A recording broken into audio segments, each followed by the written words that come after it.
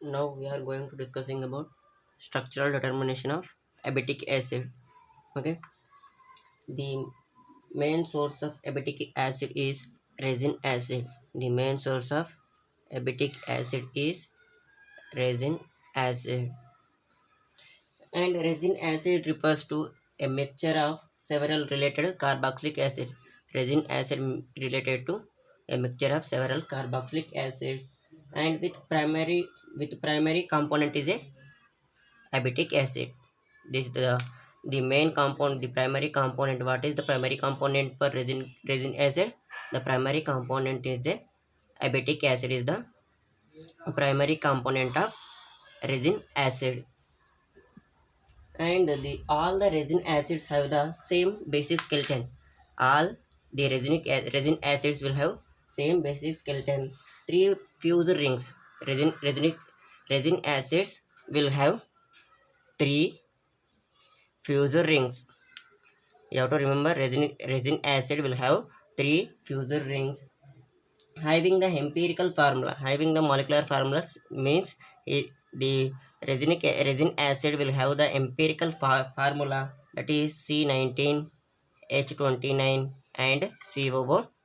This is the empirical formula for resin acid, and resin acid are fused with three member rings. Okay, you have to remember this one. Now we are going discussing abatic acid, right? So molecular formula for abatic acid is C20H30 O2. Okay, this is the molecular formula for abatic acid. And now first, double band equivalence. See here, then we know the formula. Double band equivalence equals to number of carbons minus number of hydrogens divided by 2 minus number of halogens divided by 2 plus number of nitrogens divided by 2 plus 1. Here in this molecule there is a number of carbon atoms are 20 and a number of hydrogens are 30. Divided by 2 we'll get a 6. Okay, we'll get 6. Okay, double bond equivalence for abatic acid is 6. That means here the abatic acid will contain a six rings or six double bonds, or any three double bonds, any two three rings. Okay, this is the by knowing the double bond equivalence we can identify that abatic acid will have a three cycles, means three cycles or three double bonds. And now we are going to discussing about reduction of this abatic acid. This is the structure of abatic acid, and it will be undergo catalytic hydrogenation, that is reduction. That means H2 in presence of platinum, it will reduces the double bonds. Here see, here two double bonds are there, so two double bonds are reduced to form a this compound. Okay, this compound, that is the loss of two moles of hydrogens, nothing two hydrogens, that is the tetrahydroabatic acid. This is the abatic acid structure. By doing this hydrogenation in presence of platinum, the loss of two moles of H2 will be there, and there is a loss of two double bonds here. This is the tetrahydroabatic acid. From this reduction we can identify that, which indicates that abatic acid having two double bonds. And now we are discussing about nature of acid. What is the this acid is there now in abatic acid, one acid group is there. To know the how, what is the nature of this acid. Abatic acid undergo esterification, that means ethanol in presence of acid media to form ester-like compound. But the esterification of this abatic acid will not be easy, so it will be difficult to form esterified. That's why we can conclude that the acid will be a tertiary carboxylic acid. From the nature of acid, we conclude that the acid group is a tertiary carboxylic acid. Why? Because the esterification of this acid will not undergo easily. It is difficult to undergo esterified to form like this compound. So, from this reaction, we can conclude that this nature of acid is tertiary carboxylic acid. Now, the dehydrogenation takes. Now, we are discussing dehydrogenation of this abatic acid. Generally, dehydration or oxidation of sulfur or selenium will give the aromatic compounds. Generally, dehydrogenation of this sulfur or dehydrogenation or oxidation of sulfur or selenium will give the aromatic compounds. Okay, here in this abatic acid will undergo dehydrogenation with selenium or sulfur to form this aromatic structure like this, that is a phenanthrene derivative, and this structure is known as retin structure. Okay, this is the retin structure, and here there is a loss of two carbon atoms or will be takes place, that is, see here there are here in this abatic acid will have how many number of carbon atoms are there? C20. But here this is the retin structure will have C18 carbon atoms. That means here two carbon atoms are lost during the dehydrogenation of selenium or sulfur, which that means which can be, we can conclude that there is a loss of one angular methyl group and there is a loss of acid group. Generally, the dehydrogenation of dehydrogenation, during the dehydrogenation, acid groups are generally removed.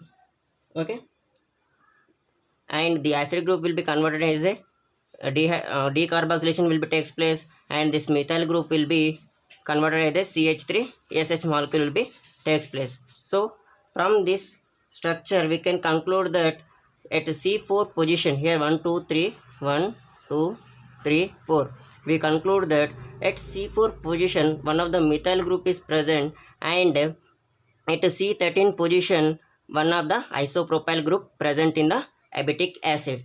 Okay, now we are going to synthesis of retin molecule. Okay, this is the synthesis of retin molecule, and this is the naphthalene. This naphthalene will undergo reaction with under Friedel-Crafts alkylation. Naphthalene undergo Friedel-Crafts alkylation to form product like this, and it will undergo Friedel-Crafts acylation with succinic anhydride. This is succinic anhydride, and keto acids will be formed. Okay, and this keto acid will undergo esterification to form ester-like compounds, and when we are doing this compound with Grignard's reagent, there is a CH3 minus will be attack on this carbon atom, and here OH minus will be takes place. Here H and this bond moves to here and OH will be removed. So form like this compound, and we are undergo hydrolysis, base hydrolysis. This one undergo base hydrolysis means ester will be converted into the acid, and in presence of reduction, in presence of HA phosphorus, there is a very strong reducing agent. This will be reduce the double bond to form compound like this, and this one reaction with concentrated H2SO4, cyclization of reaction will be takes place to form a product like this, and this can be undergo zinc Clemmensen reduction, that is zinc amalgam by HCl, then the keto group will be vanished as removed, and this undergo dehydrogenation with selenium or sulfur. Okay, here writing dehydrogenation with selenium or sulfur, aromatic compounds will be formed. Okay, this is the synthesis of retin molecule. Okay, and this is the phenanthrene skeleton. Okay, from the structure of retin, this is the phenanthrene skeleton or retin structure. Okay, from the structure of retin we can assume that abatic acid contain phenanthrene skeleton with position of what is the position? Here C4 position with a methyl group, and here C13 position will have a isopropyl group. Okay, from the structure of retin, what we are doing, what we are knowing, at C4 position will have one methyl group, and C13 position will have isopropyl group, and it will have a phenanthrene skeleton structure. Okay, that is a 3-member ring.